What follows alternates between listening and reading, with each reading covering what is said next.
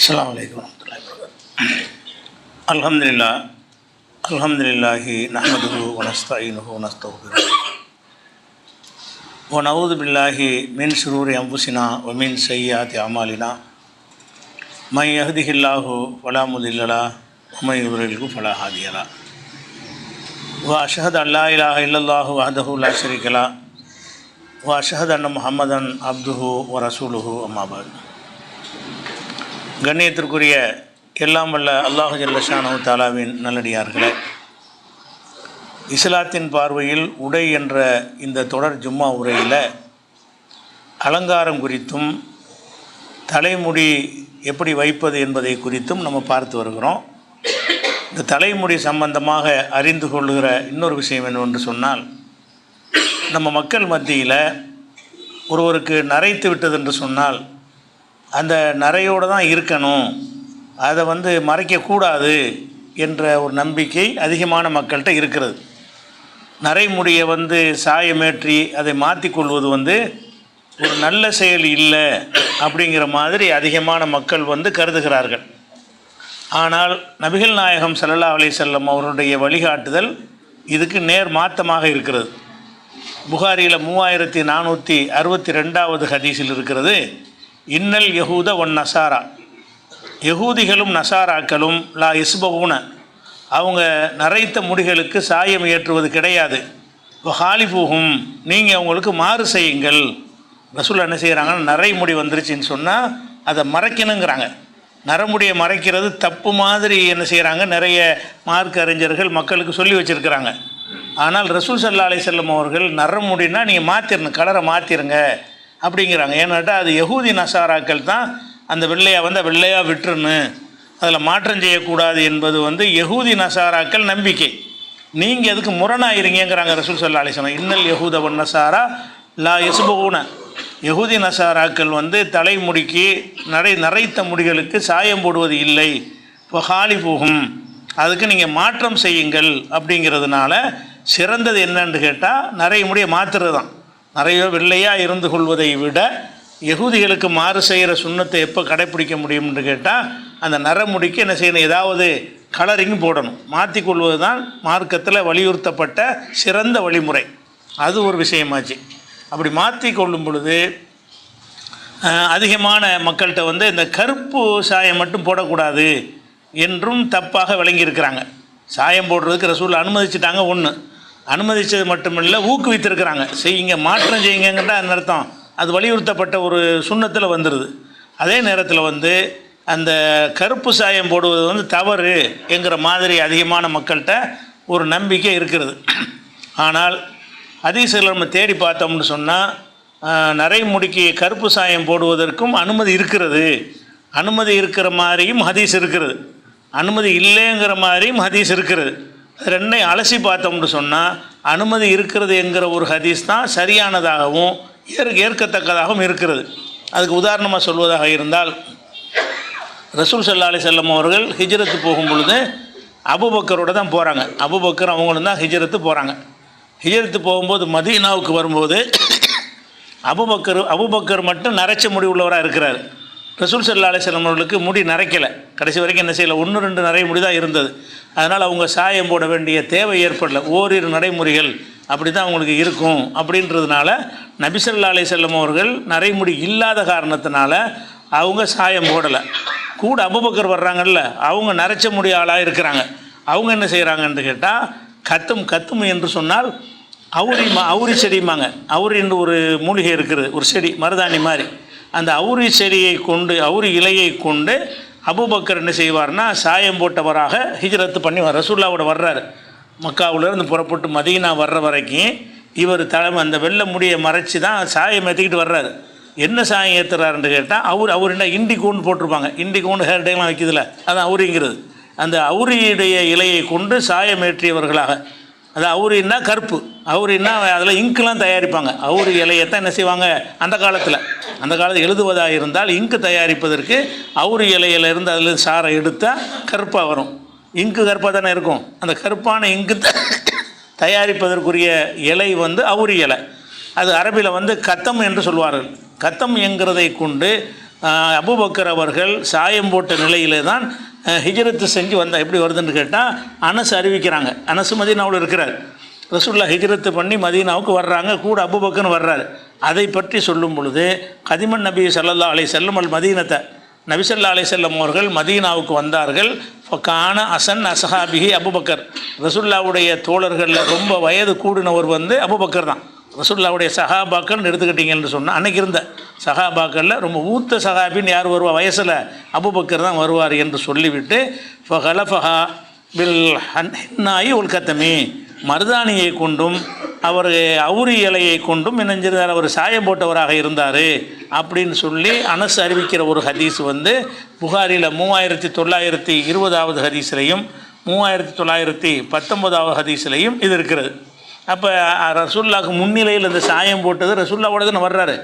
ஒரு நாள் 2 நாள் கிடையாது, தனியாக வர்றாங்க 2 பேரும். அப்போ ரசூலுல்லாஹ் கண்ணில் படாமையெல்லாம் செய்ய முடியாது. அவர் போட்டிருப்பார், ரசூலுல்லாஹ் பார்த்துருக்க மாட்டாங்கன்னு அப்படி எடுக்கிற விஷயம் கிடையாது. அபூபக்கர் போட்டார்னு மட்டும் வந்தால் ஏதாவது சமாளிக்கலாம், ரசூலுல்லாஹ்க்கு தெரியாமல் இருந்திருக்கேன், கவனிக்காமல் இருந்திருப்பாங்கன்னு. இது என்னன்னு கேட்டால் சில நாட்கள் 2 பேரும் ஒன்றா பயணித்து வர்றாங்க. பயணித்து வரும்பொழுது அவர் இந்த சாயம் போட்டு தப்புன்னா சொல்லியிருப்பாங்கல்ல. அப்போ ரசூலுல்லாஹ்வோட பயணப்பட்டு வர்றாரு. அவர் வந்து அந்த கருப்பு சாயம் போட்டுக்கிட்டு இருக்கும்போது ரசூலுல்லாஹ் என்ன செய்யலை, அவரை தடுக்கலை. அதே மாதிரி வந்து அவர் மாத்திரம் கிடையாது, இன்னொரு முஸ்லீமில் வரக்கூடிய ஹதீஸ் அனஸ்கிட்ட கேட்குறாங்க, ஹல் ஹலப ரசூலுல்லாஹி ஸல்லல்லாஹு அலைஹி வஸல்லம், ரசூல் ஸல்லல்லாஹு அலைஹி வஸல்லம் அவர்கள் நரைமுடிக்கு சாயம் போட்டிருக்கிறாங்களா அப்படின்னு கேட்குறாங்க. அவர் என்ன செய்கிறார், இன்னஹு லம் யகுன் ரா மின ஷைபி இல்லன், அவங்களுடைய நரமுடியில் வந்து அவங்களுடைய முடியில் வந்து நரைச்சது இல்லை, நரைச்ச முடி இல்லாத காரணத்தினால அவங்க சாயம் போட்டதில்லை அப்படின்னு சொல்லிட்டு கது ஹலப அபூபக்கரின் உமர், அபூபக்கர் உமர் 2 பேருமே அந்த நரை முடிக்கு சாயம் போட்டிருக்கிறார்கள். பில் ஹின்னாய் உல் கத்தமி, மருதாணி இலையையும் அந்த அவுரி இலையும் சேர்த்தா நல்லா சீக்கிரமாக அழியாது. மருதாணி இலையில் போட்டால் பல ஒரு வாரங்களுக்கெல்லாம் இருக்கல அந்த கலரு, அதை நீடிக்க வைப்பதற்காக என்ன செய்வாங்கன்னு கேட்டால் அந்த அவுரி இலையோடு இதை சேர்த்துருவாங்க.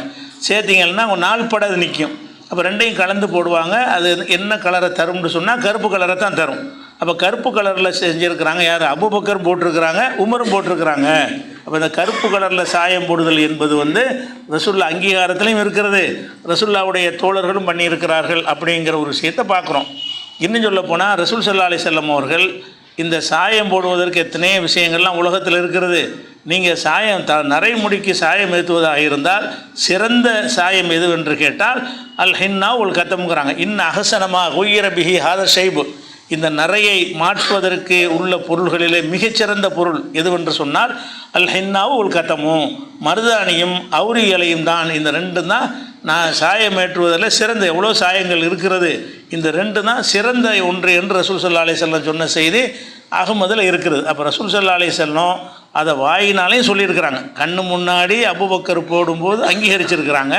அவங்க வாயினாலே என்ன சொல்கிறாங்கன்னு, எத்தனை சாயங்கள் இருக்கிறது, சிறந்த சாயம் வந்து எது தான், இந்த அவுரி இலையும் மருதாணியும் தான் அப்படிங்கிற மாதிரி சொல்கிறாங்க. அதே மாதிரி தான் இந்த கருப்பு சாயம் போட்டவர்களாக பல சஹாபாக்கள், சாத் இப்னு அபி வக்காஸ், ஹசன் ஹுசைன், அவங்களெல்லாம் என்ன செய்வாங்கன்னா இந்த கருப்பு சாயம் போட்டவர்களாக தான் இருந்தாங்க நிறைய சஹாபாக்கள். அதெல்லாம் ரசூலுல்லாஹ் காலத்துக்கு பிந்தின விஷயங்கள் தான், அது ஆதாரத்துக்கு வராது. ஆனாலும் இதை இருக்க போய் தான் நினைஞ்சிருக்காங்க அவங்க, அந்த மாதிரி போட்டிருக்கிறாங்க. அப்போ கருப்பு என்பது வந்து தடுக்கப்பட்ட ஒரு விஷயமாக இல்லைன்னு ஒரு விஷயம். அதே நேரத்தில் வந்து இந்த கருப்பு சாயம் பூசக்கூடாதுன்னு சொல்கிறாங்கல்ல, அதுக்கு உள்ள ஹதீஸையும் தெரிஞ்சுக்கணும்ல. இதிலேருந்து என்ன விளங்குதுன்னு கேட்டால் நபி ஸல்லல்லாஹு அலைஹி வஸல்லம் காலத்தில் அவங்க முன்னிலையில் அவங்க தோழர்கள் கருப்பு சாயம் போட்டிருக்கிறார்கள் என்று ஒன்று.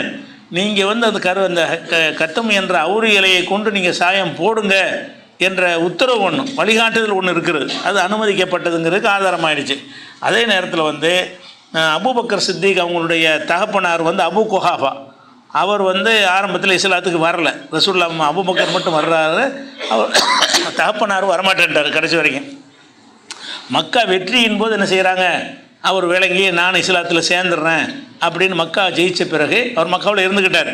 அப்போ என்ன செய்கிறாங்கன்னா அவரை ரசூலுல்லாஹ்ட்ட கொண்டு வர்றாங்க. அபூபக்கரே வயசான ஆள், அப்போ இவர் அதோட வயசாக இருப்பார்ல. அபூபக்கரே அன்றைக்கு வந்து ஒரு 50 வயசுக்கு மேலே இருப்பார் மக்கா வெற்றியின் போது. அவர் அந்த வயசில் இருக்கும்போது வாப்பா வந்து இப்படி 75 வயசு அந்த மாதிரி 80 அந்த மாதிரி வயசு கூட்டினவராக இருப்பார். அப்போ அபூ குஹாஃபா என்பவரை வந்து கொண்டுட்டு வர்றாங்க ரசூலுல்லாஹ்ட்ட. வந்தாங்கன்னு சொன்னால் அவருடைய தலை வந்து பஞ்சு மாதிரி வெள்ளை வெள்ளேர்னு இருக்கிறது. தலைமுடி வந்து பஞ்சு மாதிரி வெள்ளை வெள்ளையர்னு இருக்குது, அந்த மாதிரி இதில் கொண்டு வர்றாங்க. அப்போ ரசூலுல்லாஹ் என்ன செய்கிறாங்கன்னா, கைரு ஹாதா பிஷையின், எதையாவது போட்டு இதை மாற்றிருங்க, வெள்ளை வெள்ளையர்னு இருக்குது நல்லா இல்லை, அதனால் எதையாவது போட்டு நீங்கள் மாற்றி விடுங்கள் அப்படின்னு ரசூல் ஸல்லல்லாஹு அலைஹி வஸல்லம் சொன்னதாக இது முஸ்லீமில் வரக்கூடிய ஒரு ஹதீஸ். இதே விஷயத்தை சொல்லும் பொழுது வேறு ஒரு ஹதீஸில் வரும் பொழுது கைரு ஹாதா பிஷையின், எதையாவது போட்டு மாற்றிருங்க, ஒஜித்தனிபு சவாத், கருப்பை மட்டும் தவிர்த்துக்கிறது. இதான் அந்த கருப்பு கூடாதுங்கிறவங்க காட்டக்கூடிய ஆதாரம். அந்த அபூபக்கர் ரலியல்லாஹுடைய தகப்பனார் வந்து தலைமுடியெல்லாம் வெளுத்து போன நிலையில் ரசூலுல்லாஹ்ட்ட கொண்டு வரப்படுறாரு. அப்போ ரசூலுல்லாஹ் என்ன செய்கிறாங்கன்னா, ஒரு அறிவிப்பில் நீங்கள் மாற்றிருங்கன்னு சொல்கிறாங்க, இன்னொரு அறிவிப்பில் மாற்றிருங்க ஆனால் கருப்பை தவிர்த்துருங்கன்னு சேர்த்து, இதை மாற்றி ஏதாவது கலரை மாற்றிருங்க ஆனால் கருப்பு நிறத்தை தவிர்த்து விடுங்கள், அதுவும் முஸ்லீமில் தான் வருகிறது, அடுத்தடுத்த ஹதீஸாக வருகிறது. இந்த கருப்பை தவிர்க்க சொல்லி இருக்கிற காரணத்தினால் கருப்பு கூடாது அப்படிங்கிற ஒரு கருத்தில் ஒரு ஆதாரத்தை வைப்பாங்க. ஆனால் இந்த விஷயத்தை பொறுத்த வரைக்கும் இந்த செய்தியை வந்து அறிவிக்கிற ஆள் இருக்கார்ல, அவர் என்ன செய்கிறாருன்னு கேட்டால், ஒரு தடவை கருப்பை தவிர்த்து கொள்ளுங்கன்னு அறிவிக்கிறார், இன்னொரு தடவை அந்த கருப்பை தவிர்த்து கொள்ளுங்கள்னு இல்லாமல் நீங்கள் மாற்றிருங்க, இந்த வெள்ளையாக இருக்கிறத மாற்றுங்கன்னு சொன்னதாக இருக்குது. அப்படி சொல்லும்போது ஒருத்தர் கேட்குறாரு, இப்போ கருப்பை தவிர்த்து கொள்ளுங்கன்னு ரசூலுல்லாஹ் சொன்னதாக நீங்கள் சொன்னீங்களே, சொல்லலையான்னு கேட்குறாங்க. அப்படி ரசூலுல்லாஹ் சொல்லலை, மறுத்துடுறாரு. அதாவது கருப்பை தவிர்த்து கொள்ளுங்கள் என்று நீங்கள் சொன்னீங்களான்னு அவர்கிட்ட கேட்கப்படுது, இல்லையா அப்படி சொல்லலையன்றார்.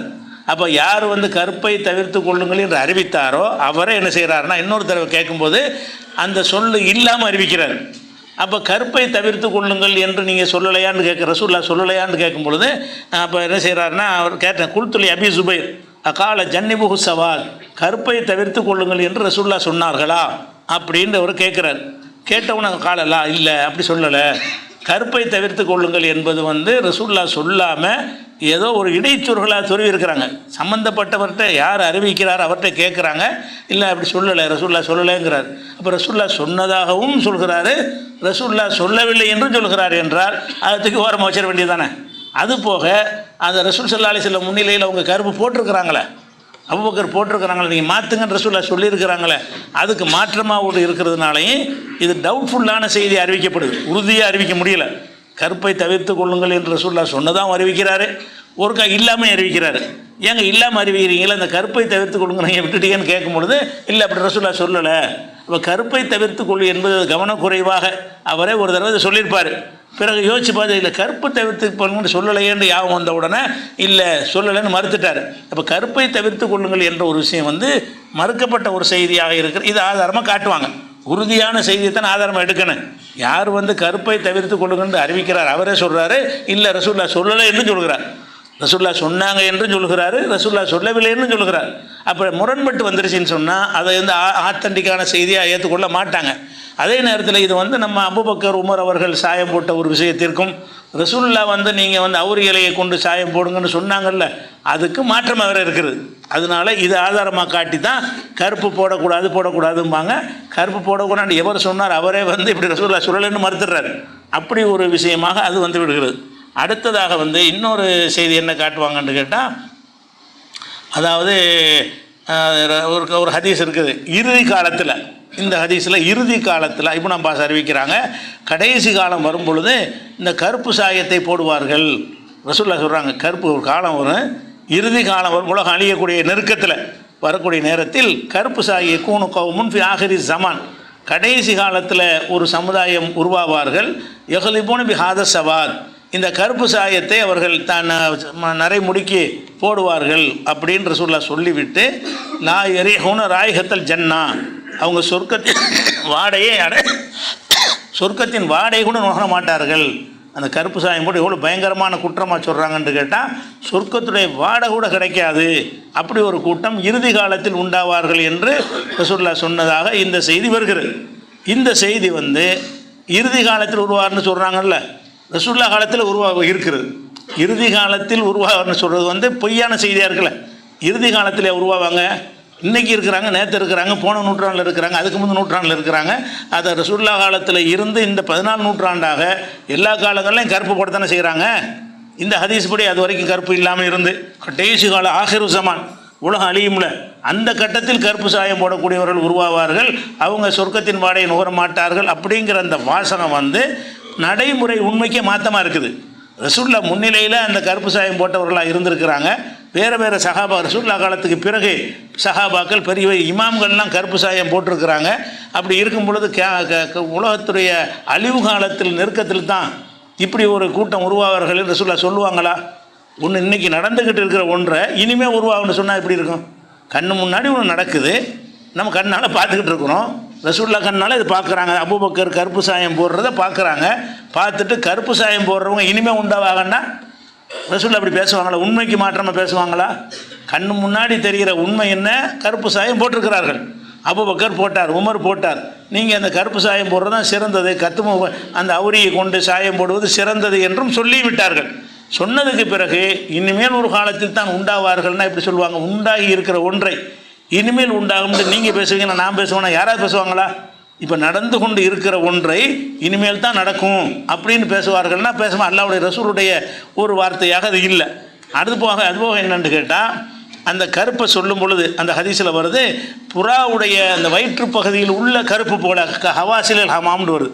எந்த மாதிரி கருப்பு சாயம் போடுவார்கள்னா, புறாவுடைய வயிற்று பகுதியில் கருப்பு இருக்குமே அந்த மாதிரி சாயத்தை போடுவார்கள் அப்படின்றாக்க அந்த ஹதீஸில் வருகிறது. இந்த கருத்தும் ஒரு பிழையான கருத்து தான். ஏன்னு கேட்டால், கருப்புக்கு உதாரணம் காட்டுறது காகத்தை காட்டுவாங்க. புறாவுடைய அந்த வயிற்று பகுதிங்கிறது எந்த புறாவில் நூற்றுக்கணக்கான வகை இருக்குது. அந்த ஒவ்வொரு புறாவுடைய அந்த வயிற்று பகுதி ஒவ்வொரு கலரில் இருக்குது. சிகப்பு கலராக கூட இருக்கும், மஞ்சள் கலராக கூட இருக்கும், சாம்ப கலராக கூட இருக்கும், கொஞ்சம் வெள்ளை கலராக கூட இருக்கும், அடர் கருப்பாக இருக்கவே இருக்காது. அப்போ இந்த ரசூல்லா கருப்புக்கு நீங்கள் உதாரணம் காட்டினா உலகத்தில் எதை காட்டுவாங்கன்னா காகத்தை தான் காட்டுவாங்க. காகத்தை போல கருப்பு சாயம் பூசுவார்கள்னா அது கருப்பு டக்குன்னு மனுஷன் விளங்கிடுவான். புறாவை சொன்னாங்கன்னா புறாவுக்கு நிர்ணயித்த ஒரு கலர் இல்லையே. புறாவுக்கு கொக்குக்கு வெள்ளைன்னு ஒரு கணக்கு கலர் இருக்குது, காகத்துக்கு கருப்புன்ற நிறம் இருக்குது. புறாவுக்கு குறிப்பிட்ட நிறம் இருக்குதா? புறா எல்லா நிறத்துலையும் இருக்கும். புறா என்பது எல்லா கடல்லையும் இருக்குது. அதனுடைய வயிற்று பகுதி என்பது எல்லா கடல்லையும் இருக்கும். எல்லா கடலையும் இருக்கக்கூடிய ஒரு விஷயத்தை ரசூல்லா உதாரணமாக காட்டினா மக்கள் இப்படி வழங்குவாங்க. எதை சொல்கிறாங்க? எந்த புறாவுடைய வயிற்று பகுதியில் உள்ளது? புறாவுடைய வயிற்று பகுதியில் உள்ளது மாதிரினா, புறாவுடைய வயிற்று பகுதிங்கிறதுல பெரும்பாலும் சாம்பல் கலரில் இருக்கும். அதிகபட்சமாக பார்த்தீங்கன்னா அது நம்ம கிராமத்து புறா, நாட்டு புறா இருக்குல்ல, அதில் அப்படி இருக்கும். ஆனால் பல வெரைட்டி புறாக்கள் இருக்குது. இன்னும் மதீனாவில் மக்காவில் இருக்கிற புறாக்கள்லாம் எடுத்து நீங்கள் நெட்டில் தேடி பார்த்தீங்கன்னு சொன்னால் எந்த புறாவுடைய வயிற்று பகுதியிலையும் அடர் கருப்பாக இருக்கவே இருக்காது. அது அந்த மாதிரி தான் இருக்கும். அப்போ ரசூல் ஸல்லல்லாஹு அலைஹி வஸல்லம் ஒரு கருப்புக்கு உதாரணம் காட்டுவதுக்கு புரிந்து கொள்ள முடியாத குழப்பமானதை காட்டுவாங்க. முதல்ல குழப்பம் இது. முதல்ல கேம நாளில் உண்டாவார்கள்னு சொல்வதே தப்பு. இது கேம நாளில் உண்டாக மாட்டாங்க, எல்லா காலத்திலும் இருந்துக்கிட்டு இருக்குது. இன்னும் சொல்ல போனால் ரசூல்லா காலத்துக்கு முந்தையே இருந்துச்சு. இந்த கருப்பு சாயம் பூசுவது என்பது ரசூல்லா காலத்துக்கு முந்தையே கூட உலகத்தில் இருந்துக்கிட்டு இருக்குது. அப்போ காலமெல்லாம் இருந்து கொண்டிருக்கிற ஒரு விஷயத்தை ரசூல்லா பேசும் பொழுது இது வரைக்கும் இல்லாமல் இருக்குது, இனிமேல் தான் உண்டாவார்கள்னு சொல்லுவாங்களா? அப்படி சொல்ல மாட்டாங்க. அப்படிங்கிறத வச்சு பார்த்தாலும் அது அடிபட்டு போயிடுது.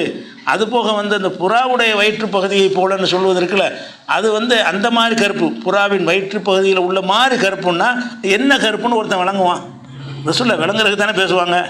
நான் எப்படி விளங்குறேன், நீங்கள் எப்படி விளங்குற, எந்த புறாவுடைய வயிற்று பகுதி? அப்போ ரசூல் ஸல்லல்லாஹு அலைஹி வஸல்லம் அவர்கள் எந்த ஒன்றை சொன்னாலும் தெளிவாக தெளிவாக குழப்பமில்லாமல் சந்தேகத்துக்கு இடமில்லாமல் பேசக்கூடியவங்க. அப்போ இதில் புறாவுடைய வயிற்றில் உள்ளது மாதிரியான கருப்புன்னு சொல்வார்களே. ஆனால் ஒருவன் எதை புரிஞ்சுக்கிடுவான்? 1000 வகையான புறா இருக்குதே, 1000 வகையான நிறங்கள் அதில் இருக்கிற வயிற்று பகுதியில் இருக்குதே. அப்போ எந்த கருப்பை ரசூல்லா சொன்னாங்கன்னு விளங்க முடியுமா? விளங்க முடியாத ரசூல்லா சொல்லுவாங்க அப்படின்னு பார்த்தீங்க. அது போக என்னென்னு கேட்டால், இது இதுக்கு சொல்லக்கூடிய ரிசல்ட் பயங்கரமாக இருக்குது. அதாவது லாயுரீகுன ராயகத்தில் சாதாரண ப்ரௌன் கலரே போடலாம் நீங்கள் சொன்னால் கூட, ப்ரௌன் சாயத்தை போட்டு ஒரு சீக்கிரம் கழுவலன்னு சொன்னால் கருப்பை மாறிக்கணும்.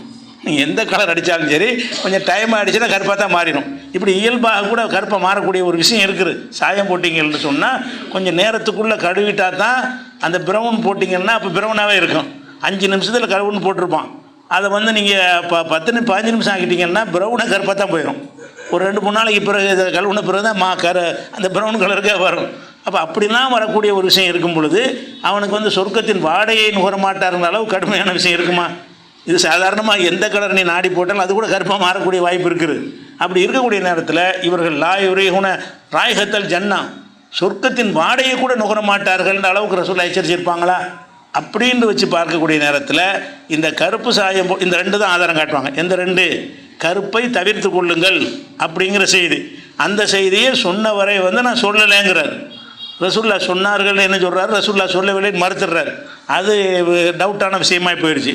ரெண்டாவது விஷயம் என்னன்னு கேட்டால், கியாம நாள் உலகம் இறுதி நாளில் ஒரு கூட்டம் உண்டாவார்கள், அவங்க இந்த கருப்பு சாயம் பூசுவார்கள், அது புறாவின் வயிற்று பகுதியைப் போல அந்த நிறத்தில் சாயம் பூசுவார்கள், அவர்கள் சொர்க்கத்தின் வாடை அடைய மாட்டார்கள். இந்த ஒரு ஹதீஸ், இந்த ஹதீஸ் சரியானதாக இருந்தால் பூசக்கூடாது தான். ஆனால் சரியானதா? ரெண்டு காரணத்தினால சரியில்லை. ஒன்று கியாம நாளில் தான் உருவாகுங்கிறது தவறு. 14 நூற்றாண்டாக இருந்துகிட்டு இருக்கிறாங்க, அதுக்கு முந்தையே பிடிச்சி இருந்துகிட்டு இருக்கிறாங்க. அப்போ பல சஹாபாக்கள், தாபியன்கள், இமாம்கள் எல்லாம் கூட அந்த கருப்பு சாயம் பூசி இருக்கிறாங்க. அப்போ அவங்கெல்லாம் நரகத்து அபூபக்கருக்கெல்லாம் கூட சொர்க்கத்தின் வாடை கிடைக்காது. இந்த கருத்து பிரகாரம் யாரையெல்லாம் சொர்க்கத்துக்கு நற்செய்தி பெற்றவர் ரசூலுல்லாஹ் சொன்னாங்களோ, அபூபக்கர் உமர் சொர்க்கவாசி தானே, அவர் போட்டிருக்கார், அவர் சொர்க்கத்தின் வாடையை நுகர மாட்டார்ல, அவரும் வருவார். அப்படின்னா அந்த ஹதீஸ் அந்த ஹதீஸை மறுக்குத. சொர்க்கவாசிகள்னு நற்செய்தி சொல்லியிருக்கிறாங்கல்ல, ரசூலுல்லாஹ் யாரை நற்செய்தி சொன்னார்களோ அதே மாதிரி ஹசன் ஹுசைன் அவங்களும் ரைஹான தாயிஃபில் ஜன்னாண்டாங்கல்ல, இவங்கெல்லாம் சொர்க்கத்தில் என்னுடைய நறுமண மலர்கள்ன்ற ரசூலுல்லாஹ் அந்த 2 பேரையும் பற்றியும் சொல்லியிருக்கிறாங்க. அந்த 2 பேரும் கருப்பு பூசியிருக்கிறாங்க. ஹசனும் ஹுசைனும் 2 பேருமே கருப்பு பூசியிருக்கிறாங்க. அப்போ அவங்கெல்லாம் சொர்க்கத்தின் வாடை அடைய மாட்டாங்களா? இந்த ஹதீஸ் பிரகாரம் அவர்கள் சொர்க்கத்தின் வாடையை கூட அடைய மாட்டார்கள்ங்கிற விஷயமும் பல ஹதீஸுக்கு மாற்றமாக இருக்கிறது. ஒன்று, புறாவின் அந்த வயிற்றுப்பகுதியை போல என்பதும் குழப்பமான சொல்லாக இருக்கிறது. ரெண்டாவது நடந்துக்கிட்டு இருக்கிற ஒன்றை இனிமேல் நடக்கும் என்று சொல்வது அல்லாஹ்வுடைய ரசூலுடைய பேச்சில் உள்ளது கிடையாது. அப்போ இந்த 2 வயது சீர்தூக்கி பார்க்கும் பொழுது எந்த சாயம் போட்டாலும் பிரச்சனையே கிடையாது. கருப்பு போடுறதுக்கு எந்த ஒரு தடையும் கிடையாது. தாராளம் போட்டுக்கலாம். விரும்பினால் கருப்பை போட்டுக்கலாம், விரும்பினா வேறு எந்த கலர் வேணாலும் போட்டுக்கலாம், மருதாணி கூட போட்டுக்கலாம். ஆனால் என்னமோ அது போட்டு மாற்றணும்.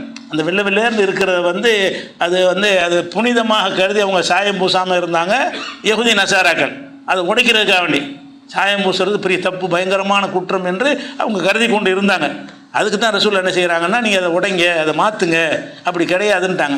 அது போக நீங்கள் பார்க்கணும், பொதுவாக குடும்ப வாழ்க்கையில் கணவன் மனைவியில் இருக்கக்கூடிய ஒரு நேரத்தில் அந்த கணவன் அந்த முடிவில் விளையாண்டு இருந்தான்னு சொன்னால் அந்த மனைவியால் ஈர்க்கப்பட மாட்டான். மனைவிக்கு கிழவன் தோற்றம் அவளுக்கு என்ன கணவனை பற்றி சரியான வயசாகி போச்சு இவனுக்கு அப்படின்னு நினைப்பு வந்துடும். அந்த மாதிரி விஷயத்துக்கும் கூட அந்த நிறம் ஒரு பாதிப்பை ஏற்படுத்துது. அது மாதிரி பெண்களாக இருந்தாங்கன்னு வைங்க, அவங்களுக்கும் கூட சில நிறையெல்லாம் வந்துடும். அவங்க அந்த விளையாண்டு இருந்தாங்கன்னு வைங்க, அப்போ கணவனால் அவங்க ஈர்க்கப்பட மாட்டாங்க. அப்படி இருக்கக்கூடிய நேரத்தில் பெண் என்ன சொன்னால் மதுஹபுகளில் கூட என்ன செய்கிறாங்கன்றா, கருப்பு கூடாதுங்கிறவங்க பெண்களுக்கு மட்டும் கூடும்னு எழுதி வச்சுருக்கிறாங்க. நம்ம அப்படி பிரிக்க தேவையில்லை, 2 பேருக்கும் கூடும். பெண்கள் கூட நினைஞ்சிக்கிறலாம், அவங்க கூந்தல் கருப்பாகிடுச்சின்னு வெள்ளையாயிடுச்சின்னு சொன்னால் அதில் கருப்பு சாயம் பூசிக்கிடலாம். கருப்போ அல்லது பிரவுனை விரும்பின ஒரு சாயத்தை அவங்க என்ன செய்யலாம், பூசிக்கொள்ளலாம் என்பது தான் மார்க்கத்தின் நிலைப்பாடு. அதனால் இந்த சாயம் பூசுகிற விஷயமாக அது அப்படி வெள்ளையாகவே இருக்கிறது சிறந்ததுன்னு கருதுனாங்கல்ல, அது கிடையாது. அது சிறந்தது கிடையாது. முடிஞ்ச அளவுக்கு அந்த சுண்ணத்தை பேணுவதற்காக நம்ம என்ன செய்யணும்னா, ஏதாச்சும் ஒரு கலரை போட்டு செய்யணும். அதே நேரத்தில் நம்ம அந்த கலர் போடுற விஷயத்தில் நவீன காலத்தில் அந்த அவுரி இலையிலே நீங்கள் போட்டிங்கன்னா பிரச்சனை கிடையாது, மருதாணி இலையிலே போட்டிங்கன்னா பிரச்சனை கிடையாது. நவீன காலத்தில் தயாரிக்கக்கூடிய இந்த டைங்கிறாங்கல்ல, ஹேர் டை, அந்த நவீன காலத்தில் செய்யக்கூடிய அந்த சாயங்கள் இருக்குன்னா, செயற்கையான சாயங்கள் பெரும்பாலும் ரசாயனங்கள் கலந்துதான் இருக்கிறது. அமோனியா மாதிரி அந்த பொருள் கலந்ததாக இருக்கிறது. அது நம்ம போடுவது கேடு என்கிற மாதிரியான ஒரு விமர்சனம் ஒரு டாக்டர்களால் சொல்லப்படக்கூடிய விஷயம் இருக்குது. அப்படி இருக்குமே ஆனால் அந்த அமோனியாவெலாம் இல்லாமல் 0 அமோனியா போட்டிருப்போம். நீங்கள் அந்த டையை தேர்ந்தெடுப்பதாக இருந்தால் கேடு செய்யக்கூடாதுல்ல. கேடு செய்கிற மாதிரி ஒன்றை எப்போதும் தவிர்க்கணும். அது கருப்பாக இருந்தாலும் சரி, ப்ரௌனாக இருந்தாலும், எந்த கலராக இருந்தாலும் சரி, எல்லாத்துலேயுமே அமோனியாங்கிறத சில ரசாயனங்கள் சேர்க்கத்தான் செய்வாங்க. அப்படி நவீனமாக தயாரிக்கிறதுனால என்ன செய்வாங்க, அந்த சாயங்கள் நீண்ட நாள் நிற்கிறதுக்காக வேண்டி அந்த கெமிக்கல் சேர்ப்பாங்க. அது என்ன செய்யணும்னு கேட்டால் சில நேரங்களில் முடிய பூரா உதிரத்தை வச்சிடும். அது என்ன செய்யணும்னா கண்ணுலையெல்லாம் பட்டால் பாதிப்பு ஏற்படுத்திடும். சில பேருக்கு அலர்ஜி ஆயிரும், அது புண்ணாக கூட ஆயிரும். அப்படியே அதை டெஸ்ட் பண்ணி தான் வைக்க சொல்லுவாங்க. ஒரு இடத்துல காது கிட்ட வச்சு பாருங்கள், 1 மணி நேரமாக பார்த்த பிறகு அது ஒத்துக்கிடுச்சின்னா அதை போடுங்க. அதில் எழுதியிருப்பான். அப்படி அந்த விற்கிற அந்த ஹேர் டையுடைய கம்பெனியுடைய தயாரிப்புகள்லையே இந்த கண்டிஷன்லாம் அதில் போட்டிருப்பான். அப்படி இல்லாமல் சில நிறுவனங்களில் போடுறாங்க, அந்த எந்த ஒரு கெமிக்கலும் இல்லாமல் வரக்கூடிய இயற்கையாக உள்ளதெல்லாம் இருக்கிறது. அதே மாதிரி மெஹந்தியிலேருந்து தயாரிக்கக்கூடியலாம் இருக்கிறது. நீங்கள் அப்படி போடும்போது கேடு செய்கிறது தவிர்த்துக்கிறங்க. கேடு செய்யும் பொருளை தவிர்த்து கொண்டு கேடு செய்யாத விதத்தில் அதை போடணும். கேடு செய்கிற எப்பவும் தடுக்கப்பட்டது தானே, கருப்புக்காக இல்லை. எந்த கலர் போட்டாலும் சரி அது கேடு செய்யும் என்று சொன்னால் அதை நம்ம என்ன செய்யணும், கம்ப்ளீட்டாக தவிர்த்துக்கணும். அப்போ தலைமுடி தாடிகளாக இருந்தால் நம்ம வெள்ளை வெள்ளையர்னு விடுவது சிறந்தது இல்லை. முடிஞ்ச அளவுக்கு ஏதாவது ஒரு கலரை போட்டு என்ன செய்யணும், கருப்போ ரொம்ப கருப்பாக போட்டால் உங்களுக்கு வித்தியாசமாக தெரியும்னா சரி லைட் ப்ரௌன் போட்டுக்கிறங்க. அப்படி ஏதாவது ஒரு கலரை போட்டு என்ன செய்யணும், மாற்றி கொண்டவர்களாக இருந்தால்தான் அது சிறந்த ஒரு முறை. அதை நம்ம கடைப்பிடிக்க, நிறைய பேர் கடைப்பிடிக்கிறது ஏன் பிடிக்கிறது இல்லைன்னு சொன்னால் இதான் மார்க்கத்தில் சிறந்ததுன்னு சொல்லப்பட்டு நினச்சதுனால, மார்க்கத்தை மீறுறதுக்காக இல்லை. அப்படி மார்க் அறிஞர்களால் என்ன செய்யப்பட்டிருக்கு, சொல்லப்பட்டிருக்கு வெள்ளையிலேருந்து தான் இருக்கணும், அது வந்து அதான் சிறந்த ஒரு நிலை இஸ்லாத்தில் அப்படின்னு சொல்லி ஆதாரம் இல்லாமல் இப்படி ஒரு செய்தியை மக்கள்கிட்ட பரப்புன காரணத்தினால கொஞ்சம் மார்க்கத்தை பேணக்கூடியவர்கள் வந்து சாயம் போட மாட்டாங்க. மார்க்கத்தை பேணி நடக்கக்கூடிய ஆட்கள் என்ன செய்ய மாட்டாங்க, அம்மாடி மாற்றக்கூடாது, அல்லாஹ் கொடுத்த ஒளி, அல்லாஹ் கொடுத்த கிஃப்ட்டு நினைத்து கொண்டு என்ன செய்கிறாங்க, அது அப்படியே இருக்கணும்னு நினைக்கிறார்கள். அது சொல்லிக் கொடுக்கப்பட்டது தப்பாக இருந்ததுனால தான். ஆனால் அதை அபூபக்கருக்கு மேலே நமக்கு என்ன பேணுதல் இருக்குது, அபூபக்கரை போட்டிருக்காருல, அதுக்கு மேலே என்ன இருக்குது, இந்த உம்மத்தில் மிக உயர்ந்த மனிதர் அவர் தானே, அவரே அதை போட்டிருக்கார், ரசூலுல்லாஹ் முன்னாடி போட்டிருக்காருன்னு சொல்லும் பொழுது நம்ம என்ன செய்யணும், எப்படியாவது அந்த சுண்ணத்தை பேணக்கூடியவர்களாக இருக்கணும். இது வந்து முடிக்கு சாயம் போடுவது சம்பந்தமான விஷயம். இந்த சாயத்தை வந்து ஆண்களும் போடலாம், பெண்களும் போடலாம். பெண்களுக்கு நரைச்சி போச்சுன்னு சொன்னால் இளநரைக்கு தான் போடணும்லாம் கிடையாது, கிளை நிறைக்கு போடலாம். சில ஆளுக்கு இளம் வயசில் நிறை வந்தால் அதுக்கு போடலாம், வயசான காலத்தில் வந்தால் போடக்கூடாதுங்கிற மாதிரி அந்த வயசை காட்டணும், அது ஏமாத்துற மாதிரி வருதுன்னெலாம் சொல்கிறாங்க. அப்படி சொல்லலாம், அல்லாஹ்வுடைய ரசூல் சொன்னால் தானே சொல்லணும், அது ஏமாத்துறது தானே. விளையாண்டு இருக்கிறவங்க கற்பை போனோன்னா சின்ன வயசுக்கார மாதிரி தெரியும்ல, அது மக்களை ஏமாத்துறதுன்னு சொல்லி ஒரு காரணம் சொல்கிறாங்க. அந்த காரணத்தை வந்து அல்லாஹ்வுடைய ரசூல் சொன்னால் தானே நம்ம சொல்லணும், ரசூலை சொல்லலையே. அப்போ அபூபக்கர் ஏமாத்தினாரா, அப்போ உமர் ஏமாத்தினாரா? அப்போ மார்க்கம் ஒன்றை அனுமதிச்சிருச்சின்னு சொன்னால் நம்மளா ஒரு காரணத்தை உண்டாக்கி கொண்டு என்ன செய்யக்கூடாது. அது இதெல்லாம் சொல்லுவாங்க பாருங்கள், வயசான ஆட்களாக இருந்துக்கிட்டு சின்ன வயசு மாதிரி ஒரு இளைஞர் மாதிரி வேஷம் போடுறாருன்னு சொல்லி விமர்சனம் பண்ணுவாங்க. அதெல்லாம் நீங்கள் மார்க்கத்து விஷயத்தில் பண்ணுறதுக்கு உங்களுக்கு என்ன ரைட் இருக்குது, அல்லாஹ் சொல்லட்டும் ரசூல் சொல்லட்டும். அல்லாஹ் ரசூல் சொல்லவில்லை என்று சொன்னால் அது மறைச்சிக்கிட்டு இருக்குதா, ஏமாத்துறதா இருந்தால் கூட யாரமே ஏமாற்றி என்ன சொத்துக்கத்தை எடுத்துகிட்டு போக போகிறாரா, அவர் தோற்றத்தை மாற்றிக்கிறார், அவ்வளோதானே. அப்படிங்கிற ஒரு விஷயத்தை விளங்கி கொள்ளணும். இது வந்து தலைமுடிக்கு தாடி மீசை எல்லாத்துக்குமே சாயம் நரைத்து போனதுக்கு சாயம் போடுவது சம்பந்தமான சட்டம் இது. இது இல்லாமல் மீசை சம்பந்தமான சில தவறான புரிதல்கள்லாம், தாடி கருத்து மீசை சம்பந்தமாக தவறான புரிதல்கள்லாம் மக்கள்கிட்ட இருக்குது. அது குறித்த விவரங்களை இன்ஷா அல்லாஹ் நம்ம என்ன செய்வோம், அடுத்தடுத்த வாரங்களில் பார்ப்போம். சொல்லுவோம்.